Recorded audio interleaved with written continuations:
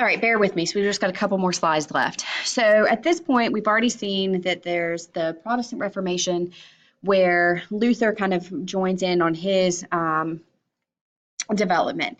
And you start seeing that people begin sort of following suit with Luther. Then you had the Anglican Church and the rise of the Anglican Church after King Henry kind of pushed for more power for himself. So then you have John Calvin, and Calvin kind of agrees with Luther to a certain extent, but then is also going to separate himself. So Calvin argues that men and women are sinful by nature and that God has already predetermined where you're going to go after death. So he believes in the group of an elect. So these are individuals, again, that God has already agreed to that they will receive salvation. This is not everybody, and it doesn't matter what you do on this earth, whether or not you are considered an elect. It's already been predetermined. Now, this means that you should still act rightly and act moral and act just, but again, that the elect has already been decided before you.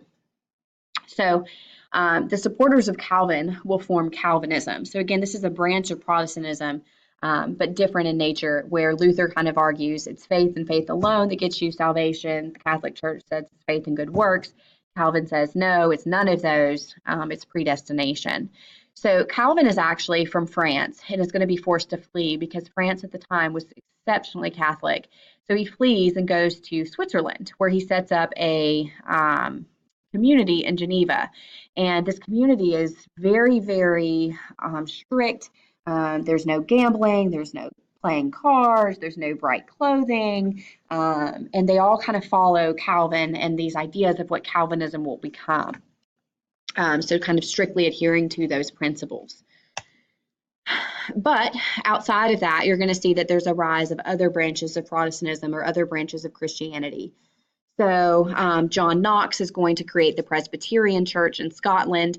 So again, loosely based off of many of Calvin's ideas, but this will get rid of Mary, Queen of Scots, who is Catholic. So the Presbyterian Church will kind of form from that. So again, a branch of Protestantism, but ultimately Calvinism, but then kind of separates itself from that. A group of French Protestants, this is a very, very small minority, are known as the Huguenots.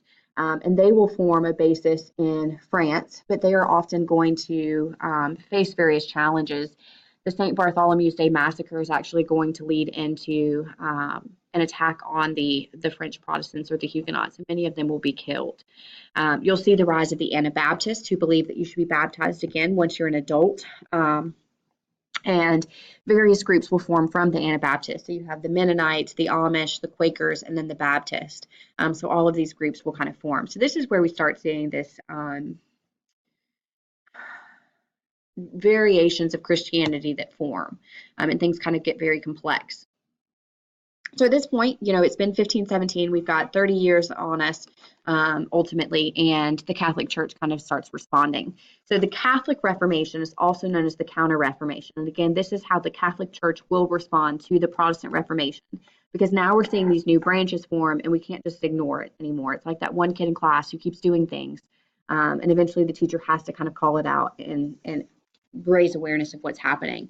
And so the Catholic Church will kind of band together and create a couple of changes. One of the first and most significant changes is that St. Ignatius is going to found the Jesuits, or the Society of Jesus. And these are a group of very humble, very devout Catholics who are going to be missionaries and kind of spread the word of God. And so they will actually travel outside of Western Europe. So you're going to see that Jesuits will move into Japan. They're going to move into China and really try and pursue this movement of Catholicism and really try and get people to convert to Catholicism and also stop the spread of Protestantism. So they really want to kind of push for the diffusion of Catholicism. Then the Catholic Church will establish the Council of Trent, where the major leaders will come together, and this is led by the Pope, and they're kind of going to talk about the issues that Luther brought up. They're going to say, no, the Church's interpretation of the Bible is final. It's not necessarily based on what the people believe. They do believe that, yes, we still need faith and good works. So again, kind of challenging Luther's idea that faith alone will provide you with salvation, and also Calvin's idea of predestination. They believe that the Bible and what the church officials are going to say are equally powerful, that the Bible and the Bible alone is not the only sole authority. And they still support indulgences, but they do believe that they should not be sold, that had it did lead into corruption. So indulgences can be given in other ways. You're also going to see that they're going to write the Index of Forbidden Books. And this is ultimately kind of this list of books that Catholics should, or that are banned by the Catholic Church. So like Luther's 95 Thesis, his works, and Calvin's works as well are going to be banned. So what's the overall impact of the Reformation, other than it leads into different branches? Now we're going to see this end of Christian unity of Western Europe. So if you remember in the Middle Ages, the Catholic Church had been kind of this guiding force in amidst all of the chaos. Now it is going to provide for the end of that unity, and you have these different branches. There's not one sole Christian authority. The rise of new denominations, whether it's Lutheranism, Calvinism, Anglicanism, Anabaptist, Baptist, Mennonites, Amish, Presbyterianism. The Catholic Church will become more unified after the Council of Trent, when they've kind of come together and said, all right, what do we believe? What are we sticking to? What are we kind of changing? And so they're all going to kind of push for the same thing. There are new roles in education for churches. So people must be literate, especially if they're going to serve as a church official. So remember, part of that corruption was that you had leaders from nepotism or simony. So they'd purchased, or they'd been family members and had gained a position and were not literate themselves. Monarchs are going to gain more power. And so that obviously is most prominently found in England with the rise of the Anglican Church. But you will also see the establishment of new nation states. The Holy Roman Empire is going to be kind of split up into these different principalities and provinces, where the French princes or the German princes were able to kind of establish their own basis.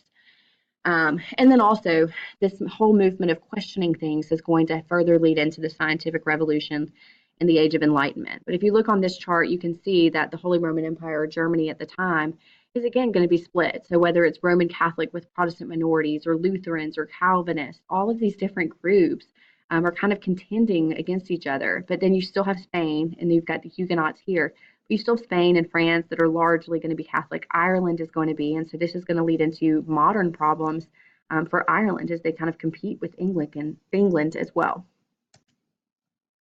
And again, just further showing you the divide. So we've already talked about the Great Schism in 1054, and so that led into the Eastern Orthodox Church and the Roman Catholic Church, but then further the branches here.